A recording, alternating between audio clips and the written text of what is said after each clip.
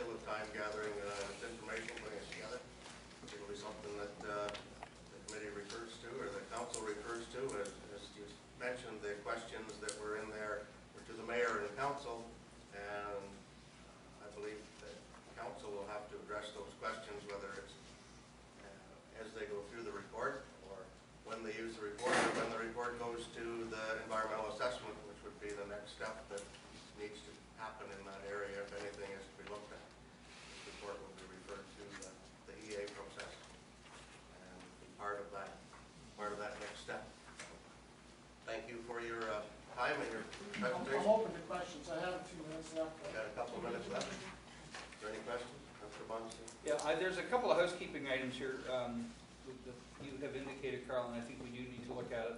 One of them is the Zone 4EA, the preferred method of sewage collection. The MOE has yet to be informed of that in writing, and I think we need to follow through on that, so thank you for bringing that to our attention. That's one.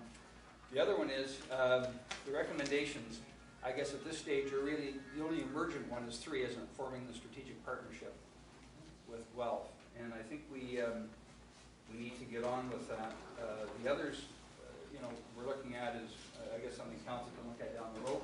There are leadership issues in here, stewardship issues. But on number 3, I would like to, I'd like to get your idea on this and see whether you'd be amenable to it. I think it's important, especially with the semester wrapping up, that we deal with Guelph, contact Guelph. I know they're very eager to speak with us. I'm going to propose that the 3 councillors that whose wards are involved in this, that's wards 1, 2, and 7. And if you are interested as chair of the committee and Mr. Byrne as the CAO get together, if you're amenable to see where we take this, because I think it's important in that recommendation that we pursue that ASAP. And if I have to, I'll put that on a motion once. I've been in contact with Guelph within the last week, where actually they contacted me and asked where we were in the process, and they're very keen. They said they'll be available in 2 weeks' time, and they're anxious to get together with us and explore possibilities. Good. That would be a huge coup for us. Good. Yeah, I'd like to thank you for the report. It's excellent. Different format than what I'm used to. The communications, especially, will probably be using part of this just simply because of the north end. You've identified gaps, and we might be using it for the economic development instead of reinventing the wheel. It's a good thing for people to go out there. It's multidiscipline when you get to this point. It's such a big issue that you guys have hit points which we're going to be able to use this report in other places. So, thank you. Councillor Elmer. I'm just going to move to receive and file and refer the report to any future EA process.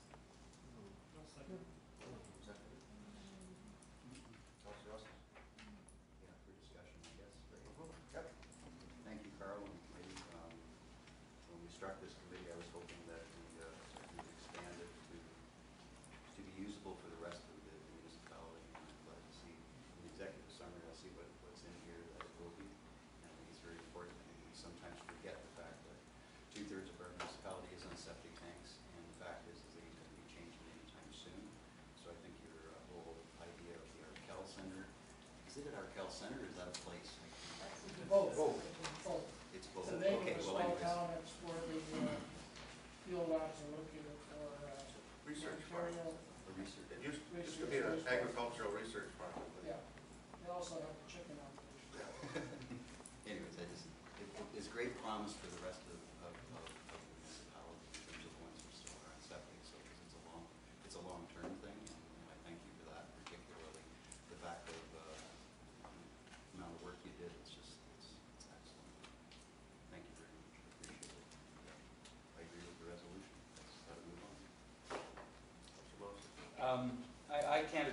receive and file, because I know what that means. This needs to be a living document. It needs to be a dynamic document. We need to make this, I hate to use the term a priority of this council, because it's all it seems to have been since I've sat at this table as a priority. This council, the sewage plant, or zones 3 and 4. But I want to see this has impacting on our official plan. I mean, whatever we do with this, it's going to impact the official plan. It may impact the strategic plan. It may impact economic development.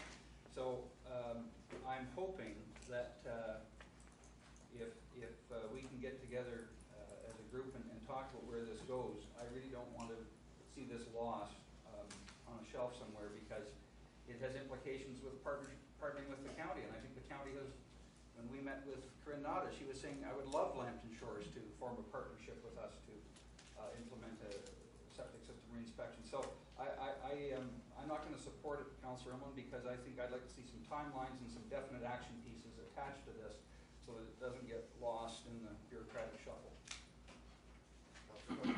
Good. Through you, Mr. Mayor, to the committee, thank you for the brownie recipes, Doug. I've taken something away from the report. I would say that I didn't set my expectations very high, and based on what I've seen from the executive summary and the recommendations, I'm not disappointed. I was really hoping for something different. You didn't need to reinvent the wheel. The majority of information contained in the report was already public knowledge and has been discussed by the municipal council and the public over different terms. Formalizing it in the report doesn't justify the timing from May until now, and the extra time put in by your staff to provide information and answers questions doesn't really be needed. Council's already had discussions about mandatory septic inspections with the county.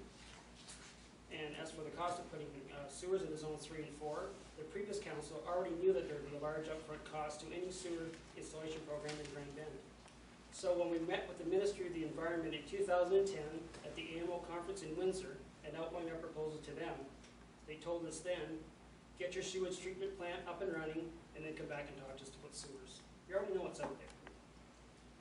There is a couple thank yous. Again, thank you, Doug, for the brownie recipe.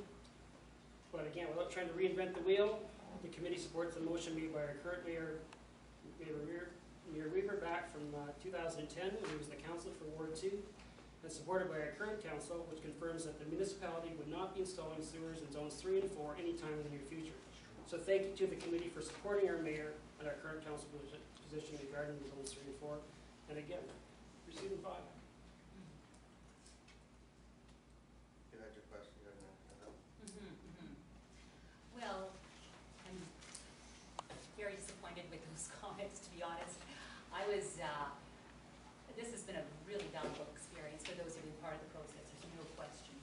The amount of things that we were able to clarify in our thoughts, it was a steep learning curve, there was much to gain from it. I think it's augmented our decisions, and I think it's been a very valuable experience. So I actually think that all of the members of the ad hoc committee that are public, that are non-paid participants in this, are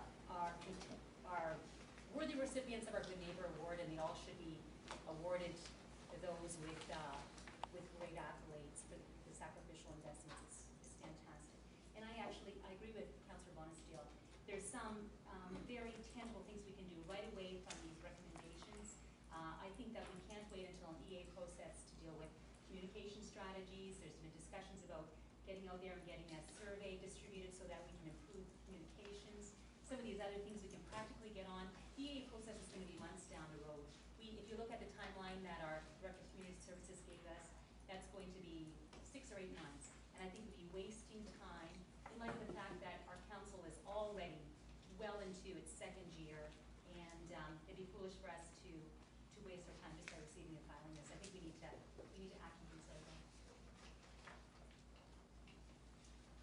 Councillor Owen? I'll just make a couple of comments, because that's probably all that I'll need to say. Just acknowledging all of the work that was done, because I know that there was a sincere effort